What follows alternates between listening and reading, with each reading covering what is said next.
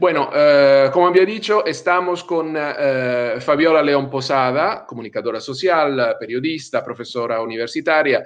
Ha trabajado en instituciones estatales, privadas, organizaciones no gubernamentales y ha sido corresponsal de Reporteros Sin Fronteras, sección Colombia, en donde se ha dedicado a la elaboración de reportajes, redacción de casos, comunicados, informes. ¿Por qué un italiano o un franco-italiano hace una entrevista con una reconocida periodista colombiana? Porque la situación del periodismo por todos lados es muy complicada hoy en día. Después hablaremos también de la dificultad que tienen los periodistas europeos, italianos, por ejemplo, para efectivamente ejercer su profesión. Pero primero me gustaría preguntar a Fabiola, ¿cuáles son los retos de la libre información en el marco, por ejemplo, de América Latina y especialmente en Colombia? Bueno, muchas gracias por esta invitación, Alberto, y pues muchas gracias a todas las personas que nos acompañan en este momento y que nos van a ver después. Hay que decir que el tema del periodismo en América Latina pues viene obviamente en una caída, eh, podemos decir en la última década prácticamente. Cada vez ha ido empeorando y a medida que la situación geopolítica de América Latina se transforma, pues se transforma obviamente también el periodismo. Eh, Más o menos en los últimos 10 años, hay que decir que los periodistas asesinados en América Latina nada más llegan casi a los 200.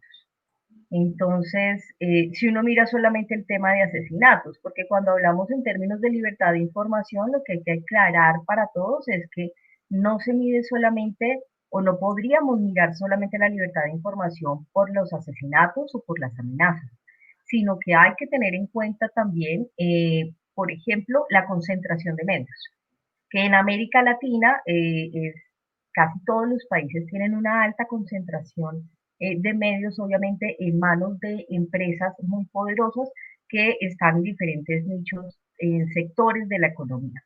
Por otro lado, tenemos legislaciones que si bien han procurado, ha sido un trabajo que ha hecho muy fuertemente la relatoría de la Organización de Estados Americanos, ha procurado que los estados legislen en favor de la libertad de información, pero a pesar de eso vemos una cantidad de restricciones o de obstrucciones para que se pueda llevar una información más abierta, que la gente tenga la posibilidad de crear, de tener una mejor información. A veces pensamos que por el tema del Internet y las redes estamos gozando de muy buena información o de una calidad de información. Y eso también es una diferencia que tenemos que entrar a hacer, eh, porque no necesariamente el que tengamos muchas redes sociales o el que tengamos acceso a Internet hace que tengamos una buena información como ciudadanos. Entonces, ¿cómo está en general América Latina? Complicado para uno de periodista realizar, hacer la cobertura por el tema de los peligros a los que se enfrenta, entre esos incluso el acoso judicial. A veces los periodistas nos vemos abocados a una cantidad de demandas eh, que nos llevan 3 años, en el mejor de los casos, en Colombia, por ejemplo, pero en general en América Latina el tema de los procesos judiciales es bastante demorado, bastante lento y obviamente es muy costoso. La situación laboral del periodismo en general no es muy buena, ni en América Latina y creo que tampoco en Europa. Eh, Porque es una profesión que ha venido como cayendo en términos laborales, se paga muy mal. Muchos periodistas lo que hay que hacer es como terminamos siendo muy vendedores. Entonces hay que buscar el super reportaje que voy a venderle a algún medio a ver si me lo compra. O también la posibilidad que tengo, por ejemplo, para la radio o para la televisión, es venta de pauta publicitaria para poder tener un ingreso. Entonces, las condiciones laborales, cuando no son dignas, cuando no son estables, hacen que tengamos mayores dificultades para realizar un ejercicio que sea más responsable con la ciudadanía. Entonces, el panorama es bastante amplio. No sé si quieras profundizar sobre algún aspecto Sí, específico sí, antes de porque empezar. yo quiero sobre todo explicar a las personas que nos escuchan y a los jóvenes, por ejemplo, que quieren ser periodistas, que es un trabajo maravilloso, pero muy complicado. Quiero decir también que, por ejemplo, en Italia el problema que tenemos es con los falsos positivos, porque desde años la derecha, algunos partidos populistas e incluso el ex partido comunista, el partido bueno, un partido fascista muy conservador, utilizan, y sobre todo fuerzas exteriores como la Rusia, utilizan fake news, utilizan un bombardeo a través de redes sociales de falsos positivos. En América Latina, con respecto a la proliferación de estos falsos positivos, la subinformación, la desinformación, especialmente cuando estos en algunas ocasiones se originan y divulgan desde las mismas oficinas de información de las instituciones gubernamentales, ¿cómo puede el periodista protegerse y cómo puede efectivamente entender lo que es verdad y lo que es simplemente falso? Mira, yo creo que frente a eso que ahora es el boom de las fake news, realmente lo único que uno puede hacer como ciudadano y como periodista es volver a la confrontación de la información. Es decir, hay que ser riguroso en la información que se está dando, es poder cotejar un lado con el otro. En general, el- los periodistas o una forma de realizar el periodismo tiene que ver con las informaciones de las fuentes oficiales. Casi todos los estudios que uno encuentra eh, de periodismo, los resultados que se evidencian terminan siendo de la fuente institucional como la fuente principal. Eso quiere decir que no estamos haciendo la tarea juiciosa. El que sea el gobierno, el que sea una institución pública, no quiere decir que no está sujeta a verificación. Uno, porque el mismo ciudadano, por ejemplo, desconfía de la institución pública, entonces no le suministra toda la información.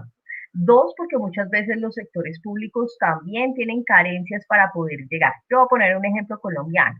Hay muchas regiones aquí en el país donde uno puede ir a la Defensoría del Pueblo, donde uno puede pedir información en una secretaría social y no existe información sobre agresiones o sobre amenazas, porque no hay una manera de sistematizarlo, porque el Estado no llega a muchas ciudades. Entonces, desde ahí hay que partir del hecho de que esa información no es confiable. No necesariamente porque el gobierno sea malo, para que no lo pongamos en esos términos. Por eso expreso, hay otra cantidad de condiciones que hacen que precisamente la información no esté completa.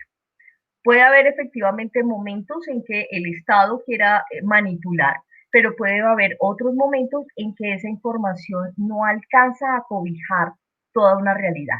Entonces, primera equivocación de un periodista y de los ciudadanos, asumir que por ser Estado lo tiene todo y lo sabe todo. Entonces, ¿qué hay que hacer? Empezar a contrastar. No debería saber la tarea de la ciudadanía. Esa es una tarea que efectivamente tenemos que hacer los periodistas. Por eso es que no todo el mundo termina siendo periodista o un buen periodista, porque efectivamente hay que o desplazarse o buscar las fuentes o hacer una revisión documental. ¿Qué hacer frente a las fake news? No hay otra posibilidad más allá de confrontar la información. Ahora, ¿qué es lo que pasa? Y es un fenómeno que se ve mucho también o se analiza también desde la academia, y es precisamente cómo la ciudadanía prefiere creer muchas veces lo que le dicen, aunque no sea cierto. ¿Por qué? Porque me interesa más seguir como esa línea o esa persona, o porque yo quiero creer, como que funciona un tema de fe en algunas personas, o precisamente esa polarización que se ha venido generando nuevamente hace que a mí no me importe si me están diciendo mentiras, no me importa si me están demostrando que algo no es real. Yo decido como ciudadano creer en lo que quiero creer. Eso en parte tiene que ver, por lo menos en América Latina, creo que también tiene que ver con, se ha venido perdiendo un poco esa construcción política de las personas, donde no era creer fielmente, sino donde efectivamente había una razón de compartir con la sociedad, de construir una sociedad, de ser una ciudadanía. Pero creo que en este ambiente que genera, porque también hay que decirlo así, en el ambiente individualista del capitalismo, hace que cada vez seamos más esferas y seamos más grupos. La misma dinámica de los medios de comunicación así lo hace. El consumo que tenemos en medios de comunicación tiene que ver, está segmentado, porque la opinión pública se segmentó. Entonces, ¿cuánta opinión pública hay? Tanta como pueden haber canales de televisión. Hacer un zapping puede ser la cantidad de círculos de opinión pública que existan en este momento. Ese nivel de círculos, de burbujas, hacen que el sentido de lo común se haya perdido un poco. Entonces creo que las fake news tienen tanto de responsabilidad por parte de las instituciones como de los mandatarios, pero también hay un ejercicio que es importante de nosotros como ciudadanos y es empezar a pensarnos un poco más sociales, a pesar de que las dinámicas del día a día nos lleven nuevamente a la individualidad. ¿Cómo ha cambiado la manera de comunicar? Es decir, yo te hago el ejemplo de Italia. Uno de los problemas más grandes es que, por ejemplo, los periodistas de grandes periódicos ahora son pagados, y no estoy bromeando, 5 a 7 dólares por nota periodística. Entonces tú no puedes vivir de eso.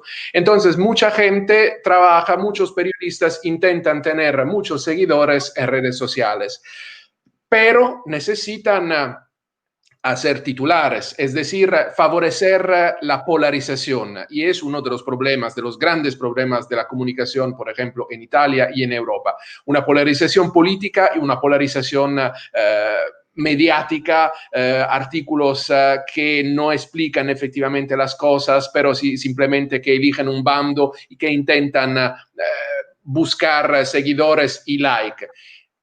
¿Qué puedes decirme sobre eso? Y sobre todo, ¿tú crees que a causa de todo este terremoto que cambió el mundo mediático, el panorama mediático, la manera de hablar de los periodistas y de escribir ha cambiado? Yo me refiero, por ejemplo, en Colombia, al hecho que los periódicos no venden tanto, pero, por ejemplo, el espectador con la Puya, con otros youtuber y blogueros, efectivamente tiene un público más y más largo que medios tradicionales. Bueno, es que ahí también creo que vamos a mirar como todo el panorama, ampliar un poco el panorama. Perdona, Porque, es lo que quiero también explicar, que en este lado del océano, en este continente, tampoco las cosas son fáciles para las personas que efectivamente quieran empezar con el periodismo. claro, además el periodismo es una pasión, efectivamente a uno hace esto porque le gusta, no porque se vaya a enriquecer, efectivamente.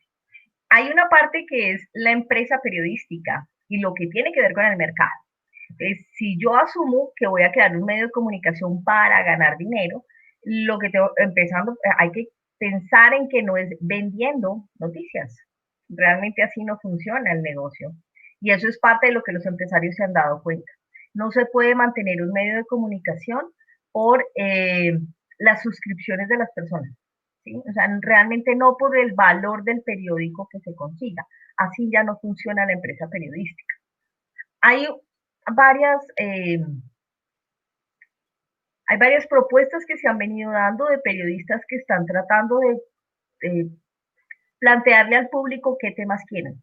Y entonces, si la gente quiere un tema, la gente está pagando para que trabaje en ese tema específico, ¿verdad?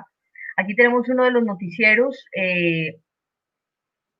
todo el mundo acá habla del noticiero más independiente, que ha funcionado o logra efectivamente que la gente realice aportes para poderse sostener. Yo pienso que para llegar a eso todavía falta muchísimo tiempo para que la ciudadanía llegue a la convicción de que necesita, de que eso es un derecho. Lo más triste es que no tenga que pagar por los derechos, pero bueno, cuando la ciudadanía entienda un poco que es necesario tener una buena información, es posible que consigamos más personas que efectivamente quieran pagar por una buena información de calidad. Entonces la empresa periodística se ha dado cuenta de que el negocio no puede ser por ahí, que hay que buscar por otros lados. En los medios comunitarios, con los periodistas freelance es donde uno ve efectivamente cómo funciona mejor el negocio o qué alternativas hay. Los medios comunitarios han venido desde siempre, han tenido que realizar acciones para poderse financiar.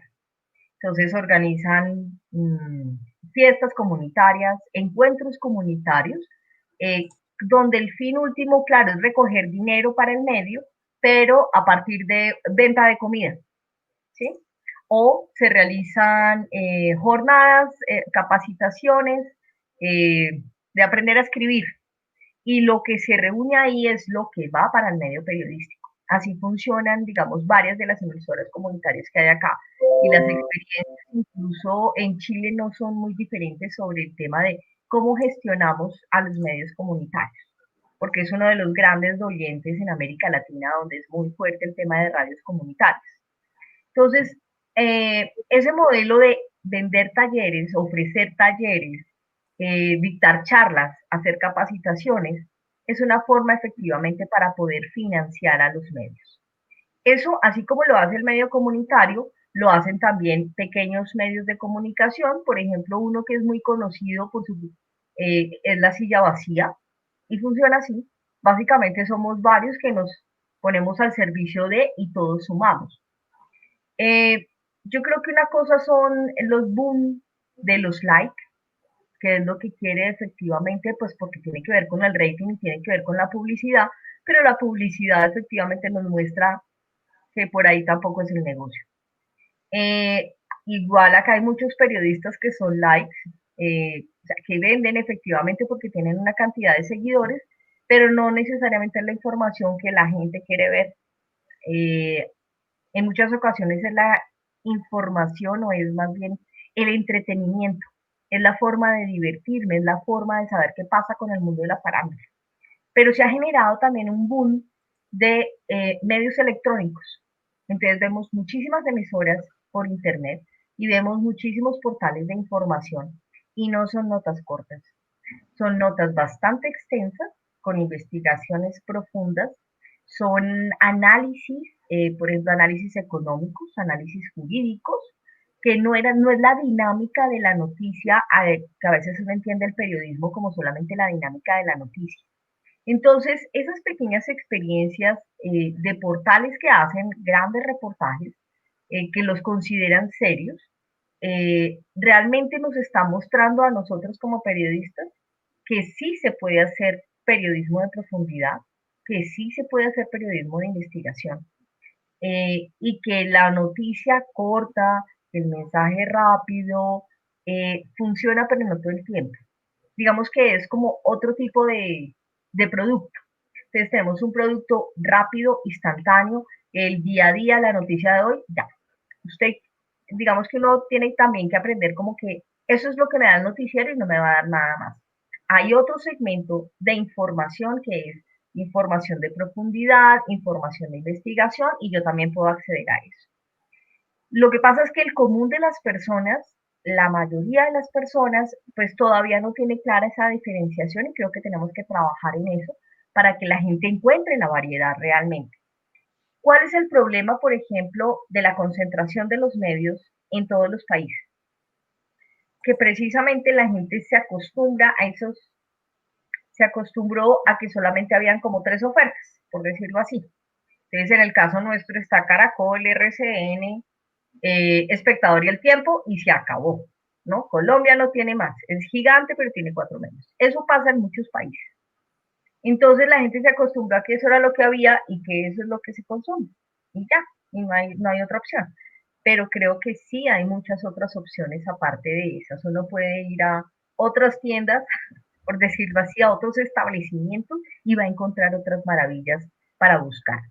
Sí. Creo que muchos periodistas acá por eso decidieron no continuar con los medios masivos de comunicación, sino empezar a generar sus propios medios. Cualquier persona que esté estudiando periodismo, y yo se lo decía a mis estudiantes, lo que debe hacer es pensar en un emprendimiento periodístico, no en vincularse a los grandes medios de comunicación. porque ahí no está ni la posibilidad de crecer ni la posibilidad de hacer periodismo. Ahí lo que uno aprende básicamente es a hacer un cubrimiento, un registro diario de noticias. Eso es lo que uno aprende en un medio masivo, con el perdón de los medios masivos. Es una forma de segmentar y de clasificar el tipo de periodismo que se puede ejercer. Me estoy riendo porque es suficiente destapar la olla y llegan muchas preguntas. Una, por ejemplo, y efectivamente la entiendo, Twitter fue otro terremoto porque prácticamente de un día para otro descubrimos que en 140 caracteres o dígitos se puede efectivamente dar una noticia, después Twitter cambió su política y ahora se puede escribir más. ¿Qué dices tú a tus estudiantes?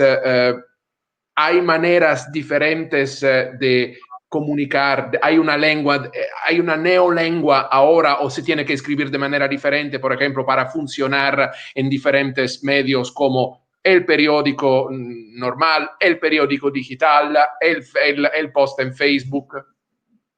Claro, efectivamente, yo adoro Twitter, yo soy súper twittera, me encanta el Twitter, pero me parece que es una expresión, una información es algo supremamente puntual. Entonces, es lo que hay que organizar es una estrategia de comunicación. Entonces, el Twitter puede ser interesante, pero le va a llegar a cierto público y a ciertos temas. Si yo acudo, o sea, en este momento, esta entrevista sin la posibilidad del video cambia demasiado. Entonces yo puedo poner varios comentarios y la foto de lo que estamos hablando y eso puede ser interesante para mucha gente. Para otra no y la gente quiere ver.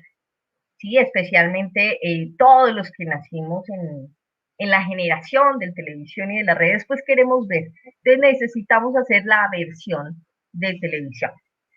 Creo que lo que todavía cuesta trabajo, yo soy un amante de la radio, me gusta hacer radio, creo que esa es un poco más difícil porque a la gente le cuesta escuchar o la gente escucha, Y es una paradoja, es más difícil la radio que el video hoy en día.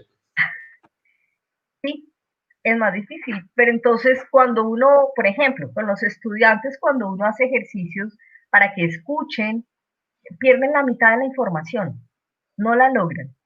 Si uno pone un video, logran estar más pendiente de la imagen y su análisis es más fácil sobre la imagen que sobre el oído. Entonces, digamos, en eso yo creo que hay que insistir porque la radio sigue siendo supremamente importante. Pero en este mundo periodístico, ¿cómo cambia el lenguaje? Hay que acudir a todos los canales. A mí me encantan los temas de convergencia, hacer un buen texto con una, acompañándolo, digamos, este video que pudiéramos hacerle un texto resumiendo algunos temas y mandamos el video para que la gente pueda profundizar el que quiera. Incluso en una entrevista muy larga, dicen algunos, a la gente no le gusta mucho, a la gente le gusta como entrevistas muy cortas y muy concretas. Entonces, ahí tiene uno que acompañar para el que quiere leer más, para el que no quiere leer más. Eh, entonces, ¿cómo cambió el lenguaje? Pues cambió de acuerdo con lo que uno espera y a donde uno quiere llegar. Entonces, creo que voy más por la convergencia mediática, realmente, si uno quiere trabajar información. Y no necesariamente información dura ni política. Creo que el tema, por ejemplo, del turismo o el tema de como de viajes en general, vale la pena hacerlo así a través de la convergencia mediática. ¿Cuáles son los riesgos de los periodistas? Yo, por ejemplo, como periodista del sur de Italia, es decir, de una región donde la presencia de los carteles mafiosos, esa Puglia, es y era muy fuerte. Me acuerdo, por ejemplo, que al comienzo amenazaban los periodistas intentando destrozar la figura de este periodista a nivel profesional, después le desaparecía el perro y después tuvimos también muertos entre los periodistas de Italia.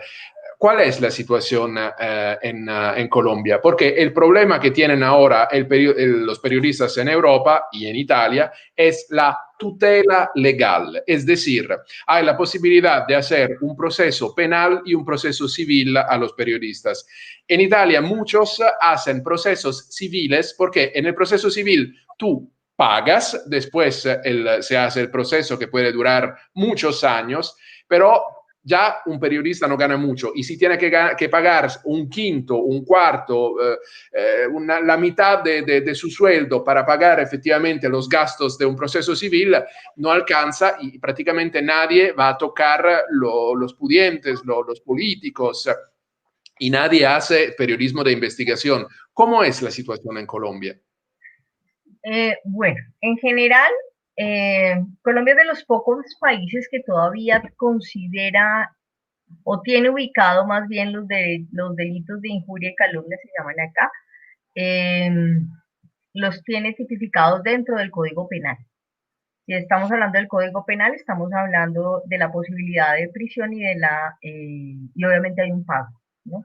Entonces hay sanción monetaria y hay sanción con cárcel.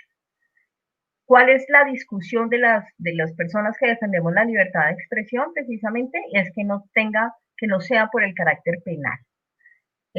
¿Por qué? Porque creo que son delitos o porque consideramos que se puede abogar por el derecho civil, efectivamente, y que debe haber una sanción si efectivamente uno se equivoca y uno hace mal su trabajo, tiene que haber una sanción, o por lo menos que se clasifique una sanción si va para un código, si va para el otro, pero aquí es o penal o penal. Y esto efectivamente dentro de las demoras judiciales, pues le puede llevar a uno todo el patrimonio que tenga ahorrado, todo el tiempo. Quiere decir que la persona usualmente no puede seguir haciendo periodismo porque se la pasa en el juzgado atendiendo las vueltas judiciales. Entonces se convierte muchas Es veces. decir, durante el proceso, una persona, un periodista, no puede seguir escribiendo. ¿Cómo funciona? Es que no tiene el tiempo, porque una diligencia judicial me puede llevar a mí un día entero. Entonces, si tenía una entrevista, me tocó cancelarla. Si yo iba a viajar, no puedo. Sí, entonces te limita el tiempo. ¿Sí? Todos los periodistas que han sido aquí demandados, parte de lo que a uno le relatan es precisamente cómo ocupa una gran cantidad de su tiempo el atender las diligencias judiciales. ¿Sí? Por ejemplo, hace poco estuve conversando con uno de los periodistas, un periodista que escribió un libro precisamente sobre el tema de los pederastas en Colombia, y ahorita me acuerdo el nombre. Y él me contaba que fueron 3 demandas. Entonces es tener abogados, tener el dinero para pagar los abogados y mientras tanto seguir investigando. Entonces, si tú no tienes los recursos, para eso te toca hacer muchas cosas, tienes que hacer muchas cosas. Hay otra periodista también que, bueno, hay demandas de lado y lado. Entonces, cada vez que hay juicio, ella tiene que asistir y muchas veces el juez puede decir, no, cancelado el juicio. Y ya llevábamos 2 horas esperando a que el juez apareciera. ¿Sí? Entonces, esas dinámicas acá hacen que sea muy dispendioso llevar un proceso judicial. Entonces, se convierte en últimas en una estrategia de aquellos que quieren silenciar información, silenciar periodistas. Si yo sé que ese periodista está encargado o su tema de investigación tiene que ver como por el tema de las violaciones a los niños por parte de la Iglesia Católica, entonces yo lo torpedeo con demandas y demandas para que esté tan abrumado que no pueda seguir investigando. Es una estrategia. Entonces, bueno, esa es el acoso judicial es una de las formas como se entorpece el periodismo cuando hay muy buenos periodistas. A veces los periodistas de grandes medios pues cuentan obviamente con el respaldo de los abogados de los grandes medios, pero también hemos tenido casos o conozco casos donde despiden al periodista, le retiran el apoyo legal y el periodista se queda con el problema. Además, porque este caso que les comento es precisamente la responsabilidad no era de él, él pasa la información, hacen un trabajo de edición dentro del medio y en ese trabajo de edición es donde se comete donde hay el punto débil precisamente para la demanda. Entonces, cuando sacan al periodista del medio y lo dejan sin posibilidades de seguir acompañándolo jurídicamente, pues a él se le armó un gran problema que tuvimos que entrar a ver con quién, qué abogado podría podía acompañarlo y que no significara obviamente un dinero muy grande, que es decirle a otra, ¿cómo le dice uno a otra persona, oiga, cóbreme poquito porque yo gano poquito? Pues no es tan fácil a veces. Entonces, eso es parte de lo que ocurre con precisamente en el entorno periodístico, pero pues no es efectivamente la única. Aquí continúan existiendo, igual que en otros países, pues todas las presiones de los actores armados. Colombia hizo un acuerdo de paz con una organización, pero pues Colombia tiene muchísimos grupos armados en este momento. Lo mismo pasa en México, lo mismo pasa con el narcotráfico en Brasil y las bandas delincuenciales de Brasil. Lo mismo pasa en Honduras, lo mismo pasa en Venezuela. O sea, América Latina en este momento está nuevamente, bueno, Centroamérica tiene todos los países con una situación política y de seguridad bastante difícil. O sea, Nicaragua, Honduras, Salvador, ahí estamos viendo problemas de delincuencia que terminan siendo peligrosos para los periodistas, que terminan obviamente obstruyendo el trabajo.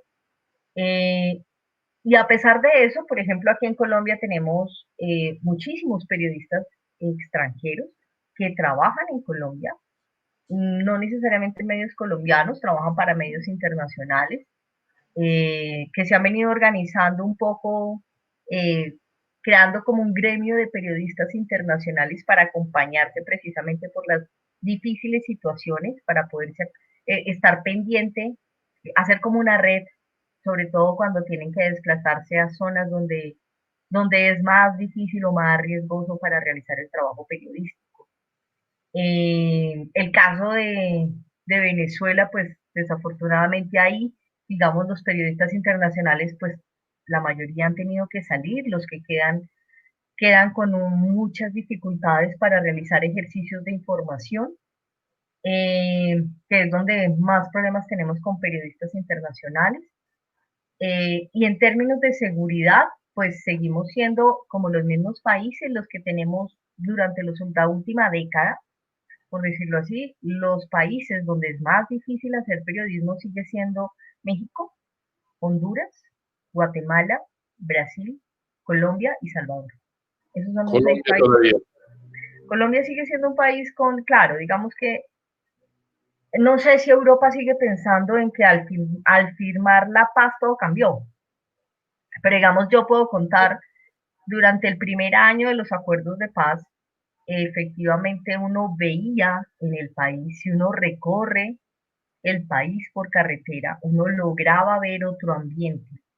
Después del primer año de paz, se acabó y nuevamente, por ejemplo, para que la gente se haga una idea, habían rutas por las que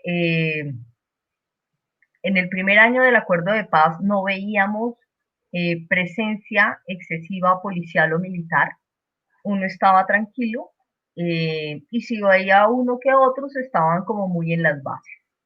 Pasado más o menos un año después del acuerdo de paz, empezamos a ver nuevamente tropa y las armas que utilizaban habían cambiado. Desde armas cortas que usaron en el primer año, pasamos a armas largas después. Y la misma gente le comentaba a uno cómo eso para ellos significaba que otra vez había tensión y que iban a tener otra vez problemas. Entonces volvió como el mismo nivel de intensidad de lo que es el conflicto armado. Porque además hay un espejismo de pensar que solamente las FARC eran en la causa del problema o pensar que solamente ellos eran los que estaban armados. Por eso insisto, aquí hay demasiadas bandas armadas todavía y que obviamente se pelearon todo el control territorial. Están en este momento, eso también, por ejemplo, para los ambientalistas es una forma de ver cómo cambia el país. Cuando yo hablo de zonas, estoy hablando de al sur del país o al oriente, ¿sí? Entonces, uno veía, por ejemplo, en las zonas donde estaba FARC, uno lograba apreciar naturaleza. Después del primer año, uno iba y se había acabado. Habían tumbado todo el monte, habían tumbado todo y uno sabía que eso significaba problemas con los armados y peligros específicos. Ahí uno se da cuenta de cuál es la situación. O por ejemplo, he tenido oportunidad de estar, yo viajo mucho, eh, hago talleres en muchas regiones de Colombia, enseñándole a la gente a hacer periodismo o mirando cómo funciona el periodismo y qué pasa con el tema del periodismo. Hice también talleres con las FARC. Y por ejemplo, cuando estuve en Chocó recientemente hablando con los periodistas de allá, hablando con la población de allá, para ellos no había cambiado absolutamente nada. La situación era igual antes o después del posacuerdo. Hubo una región en la que yo estuve del Chocó, un municipio de los que yo digo que esos son dos calles y se acabó, eh, que para poder llegar tienes que coger carro y después tienes que coger lancha, eh, y allá no llega señal, no hay celular. Ese pueblo yo lo visité hace aproximadamente unos 5 años o más, y el pueblo estaba igual a como yo lo vi hace 5 años. No había cambiado ni una casa, ni una calle, no había una pintura más. Incluso me sorprendió, le pregunté a una persona por su percepción frente al acuerdo de paz y me dijo, ¿cuál acuerdo? Y yo decía, pues entre el gobierno y las FARC. Y me decía, no, yo no sé de qué me habla, porque allá no hay, la gente se aterra, pero allá no hay señal de nada, no hay televisión, no hay, es otro mundo, completamente diferente. Entonces, como los temas estructurales no se modificaron, las situaciones sociales siguen exactamente igual. Eh, como los temas son estructurales y el Estado precisamente no prestó ninguna atención, pues los problemas continúan. Es que el problema nunca, o sea, bueno, no es que nunca haya sido. El, al desaparecer el conflicto armado, lo que ocurrió es que emergieron la cantidad de otros problemas que antes no se veían. Esa es toda la diferencia, realmente. Es un Entonces, problema, perdóname si te pregunto, ahora, por ejemplo, para los periodistas es más complicado. En Italia, en Sicilia, por ejemplo, los mafiosos intentan matar como último recurso, usan el asesinato porque no quieren atraer atención, no quieren que la opinión pública, los periódicos, los medios escriban de eso. En Colombia, cuando antes del proceso de paz ha cambiado mucho desde antes del final del proceso de paz hasta ahora por el hecho que hay una multiplicación de carteles, de bandas criminales. ¿Es más peligroso todavía o estamos más o menos, un periodista corre los mismos riesgos? yo creo que corre los mismos riesgos y peor. Mm. ¿Por qué? Porque Eh, no hay un referente, paradójicamente, es decir, no hay unos grandes carteles que mandan en el territorio y paradójicamente sería un poco más, tú sabes quiénes son los enemigos, pero en el momento cuando tienes muchísimos microcarteles o muchas BACRIM, va a ser más complicado, me imagino. claro, y eso te lo dicen todos los periodistas, los que cubrieron y los que no cubrieron. Exactamente plantean la dificultad de encontrarse con alguien que no se conoce, que no sabemos cómo opera, que todavía sigue siendo un enigma o que modificó como los planteamientos. Es más, en Colombia hay presencia de mexicanos relacionados con carteles. Eso hace también que sea muy diferente, porque también implica otro tipo de estrategia. O, por ejemplo, la presencia de bandas delincuenciales en Colombia, de venezolanos en Colombia, también modifica un poco, porque nosotros estábamos acostumbrados a un tipo de delincuencia que operaba de una manera. Y esta delincuencia, la venezolana, normalmente implica el tema del asesinato, ¿sí? Eso no existía antes acá, o no es la delincuencia, no era como el modus operandi. En el caso de las BACRIM, en el caso de los narcotraficantes, han modificado efectivamente su manera de operar. Entonces, también hemos tenido periodistas que buscando entrevistas con BACRIM, efectivamente, se han visto en una trampa, terminaron metidos en una trampa y le han pegado al pobre hombre una golpiza. Eh, Ese tipo de cosas, digamos, no ocurría, ¿sí? O no era lo normal. Entonces ahí uno empieza a andar nuevamente con pasos como pisando huevos, dice uno acá. Hay que pisar suavecito para no ir a romper algo que no se va a romper. Entonces sí es más difícil ejercer periodismo en este momento en términos de conflicto armado, en términos de lo que es la violencia generalizada del país. En esos términos es mucho más difícil. Están llegando muchísimas preguntas. Yo pido disculpas, no, no podemos quedarnos horas y horas. Tengo solo la última pregunta que me parece interesante. ¿Cuáles son las dificultades de las mujeres periodistas? Yo soy un varón y veo de toda manera que incluso en Europa es un ambiente muy machista. Es fastidioso como hombre a veces ver cómo las compañeras de trabajo, como las colegas son tratadas. ¿Cuál es la situación en Colombia? Pues creo que Colombia y América Latina no somos muy diferentes. Efectivamente, esta situación de machismo, de la estructura patriarcal que existe es muy fuerte. Los medios, a pesar de que hay muchas directoras, en este momento hay varias directoras mujeres de medios de comunicación, eso no hace que sea realmente una mirada de género amplia o una mirada sobre el feminismo. Ahí también creo que hay que empezar a aprender que no implica que seamos 10 mujeres porque tampoco es medir la cantidad de mujeres, es los temas, es el abordaje, es la manera como empezamos la visión que tenemos y cómo la podemos reflejar. Eso es completamente diferente, porque hay muchas mujeres acá, digamos que en el plano político ya se han dado como esos debates, no necesariamente por ser mujer tienes un discurso de defensa a la postura de mujer. Entonces no importa si hay 10 mujeres y todas piensan igual para seguir manteniendo el esquema patriarcal. Lo importante es, aunque sea una sola mujer, pero con una visión completamente diferente donde le esté aportando esa parte de la esencia femenina, de lo que implica ser mujer en sí misma. Entonces, por el número de redacciones yo no lo vería. El tema de los feminicidios, que es otra forma, como a veces tratan de ver un poco si estamos hablando de género o no.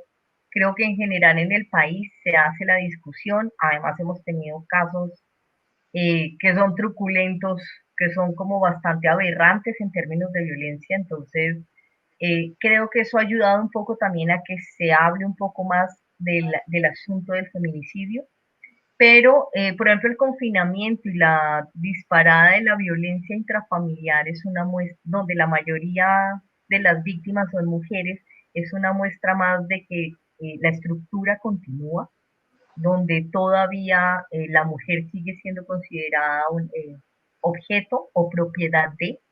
Entonces, cuando uno ejerce periodismo en muchas zonas, a muchas de las zonas donde yo me desplazo, uno encuentra esa figura.